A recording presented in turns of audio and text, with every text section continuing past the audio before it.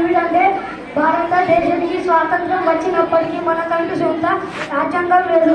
ఈ భారత రాజ్యాంగాన్ని రూపొందించడానికి డాక్టర్ బిఆర్ అంబేద్కర్ అధ్యక్షతన కమిటీలు ఏర్పాటు చేశారు. ఈ రాజ్యాంగాన్ని రూపొందించడానికి 2 సంవత్సరాల 11 నెలల 18 రోజులు సమయం పట్టింది. జనవరి 26, 1950 భారత రాజ్యాంగం దేశం మొత్తం అమలులోకి వచ్చింది. అందుకే ప్రతి సంవత్సరం జనవరి 26న గణతంత్ర దినోత్సవం జరుపుకుంటాము. మన రాజ్యాంగం ప్రపంచంలో అతిపెద్ద లిఖిత రాజ్యాంగం.